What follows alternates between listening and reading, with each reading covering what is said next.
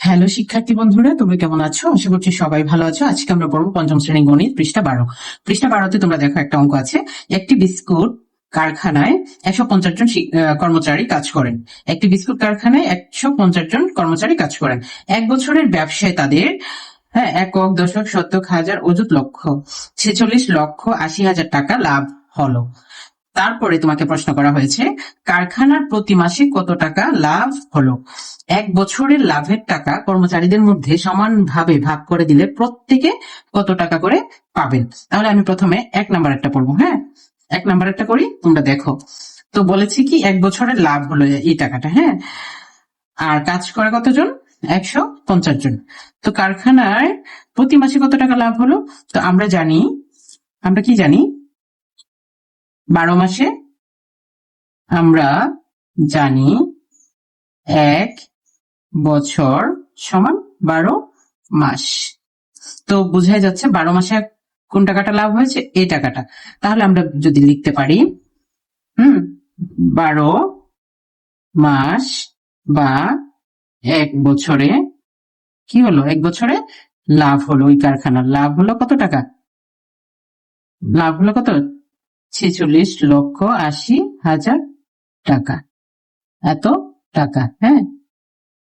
তাহলে আমাদেরকে চেয়েছে কি, 1 বছরের লাভের টাকা, সরি, কারখানার প্রতি মাসে, প্রতি মাস মানে কি, 1 মাসে। সুতরাং 1 মাসে লাভ হলো কত টাকা? কম হবে না বেশি হবে? অবশ্যই কম হবে।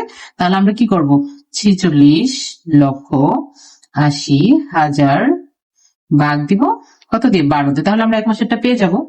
তোমরা রাফ করে এই যে 46,80,000 টাকাকে 12 দিয়ে ভাগ করবে।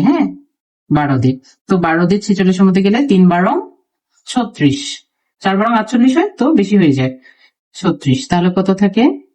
0 1। আমরা 8 আনবো। তাহলে কত দিয়ে যাবে? 8 দুগুণে 16, 9 দুগুণে 18, 8। 9 বার যাবে।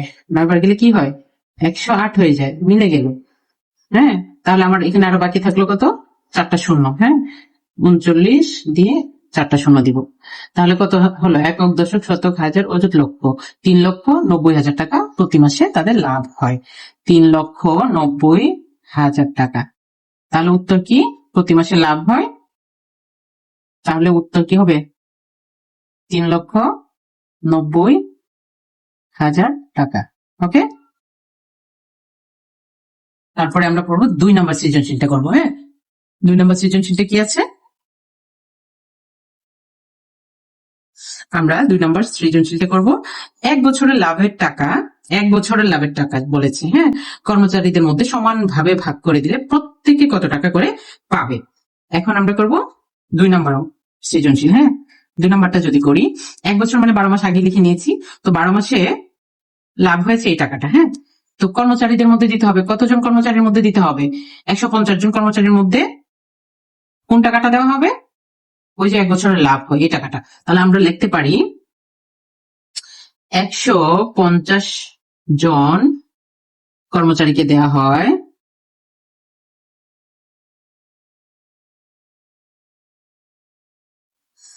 1 বছরের লাভের টাকা কর্মচারীদের মধ্যে সমানভাবে ভাগ করে দিলে প্রত্যেকে কত টাকা পাবে। 150 জন কর্মচারীকে দেওয়া হয় কত টাকা? 46,80,000 টাকা। লাভের টাকাটা বলেছে, 150 জনের মধ্যে দেওয়া হয় এই লাভের টাকাটা।